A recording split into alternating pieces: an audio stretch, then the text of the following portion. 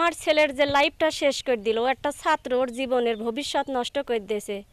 আর যে পলাশ নাম, ওই ছেলেটাও তো কলেজেই পড়ে, ওকে ছাত্র বলে ওকে ছাড়ি দিয়েছে। খালি ওই ছেলে তো যুক্ত, আর আমার ছেলে যুক্ত না। খালি আমার ছেলে না বলুক, ওই ছেলে সাহসটা বলুক। খালি আমার ছেলের বিচার চাই।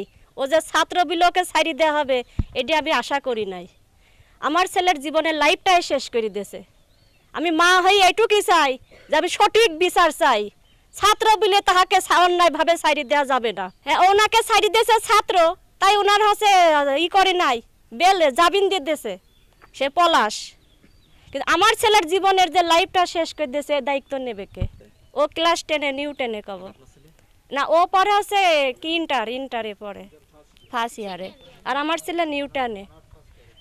খালি এখানে পার্থক্য কতখানি বলেন? আমি বিচার চাই। আমার ছেলের লাইফ শেষ করে দিয়েছে। আমি মা, আমি হসপিটাল বেড়াই আইছি। আমার পাশে মানে আমার খালি আল্লাহ রহমত করেছে, তাই আমি ছেলে নিয়ে দেশে ফিরেছি।